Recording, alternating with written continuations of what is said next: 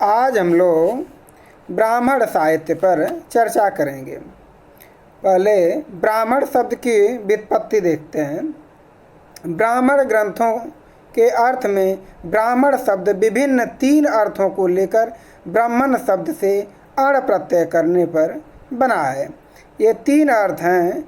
प्रथम, शतपथ ब्राह्मण के अनुसार ब्राह्मण शब्द का अर्थ मंत्र है, अतः वेद मंत्रों की व्याख्या और विनियोग प्रस्तुत करने वाले ग्रंथ को ब्राह्मण कहते हैं।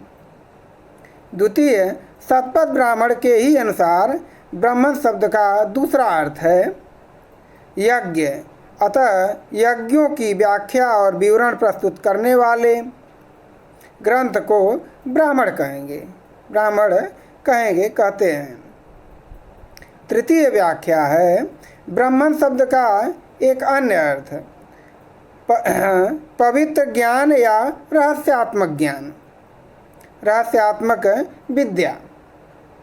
अतः जिन ग्रंथों में वैदिक रहस्यों का उद्घाटन किया गया है उन्हें ब्राह्मण कहते हैं।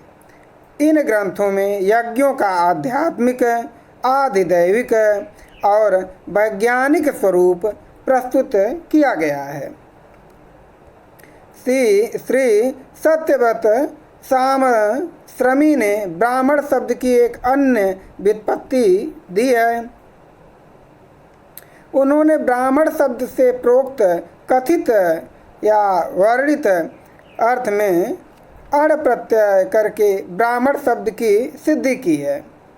इसका अभिप्राय है कि ब्राह्मणों द्वारा यज्ञ विषयक व्याख्यान रूप में निर्मित ग्रंथों को ब्राह्मण ग्रंथ कहते हैं।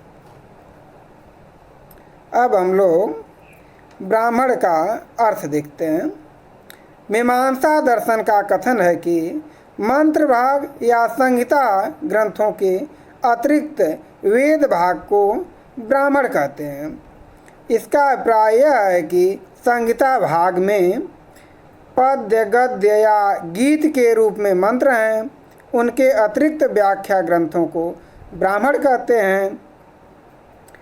भट्ट भास्कर का कथन है कि कर्मकांड और मंत्रों के व्याख्यान ग्रंथों को ब्राह्मण कहते हैं। कर्मकांड और मंत्रों के व्याख्यान या जो व्याख्या किए गए हैं उन व्याख्यायित ग्रंथों को ब्राह्मण कहते हैं।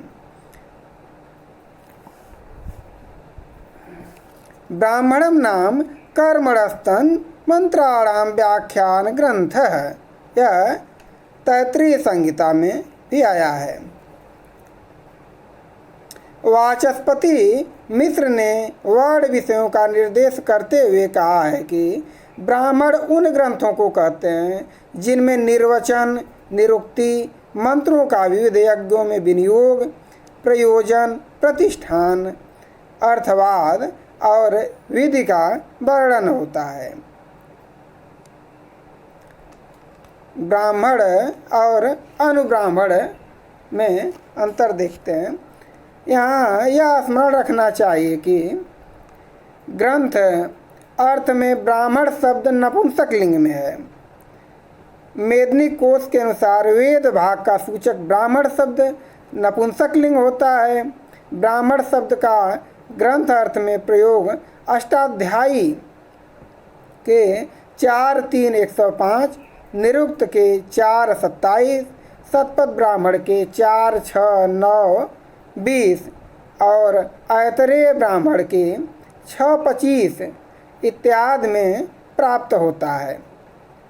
इसका बहुवचन में प्रयोग ब्राह्मणानि होता है। तैत्तिरीय आरण्यक में प्राप्त होता है बहुवचन शब्द, वहाँ इसका 3 बार प्रयोग हुआ है। पाणिनि की अष्टाध्यायी में अनुब्राह्मण ग्रंथों का भी उल्लेख मिलता है। काशिका में ब्राह्मण के सदृश ग्रंथ को अनुब्राह्मण कहा गया है। ब्राह्मण के जो समान ग्रंथ हैं उसे अनुब्राह्मण काशिका में कहा गया है। आर्षेय ब्राह्मण में स्वयं इस ग्रंथ को अनुब्राह्मण कहा गया है। ब्राह्मण ग्रंथ को ही अनुब्राह्मण कहा गया है। आश्वलायन स्रोत सूत्र एवं वैतान स्रोत सूत्रों में भी अनुब्राह्मण ग्रंथों का उल्लेख प्राप्त होता है, मिलता है। ये अनुब्राह्मण लघु काय ब्राह्मण ग्रंथ हैं। इनमें किसी एक अंश का ही विवेचन किया गया है या विवेचन प्राप्त होता है।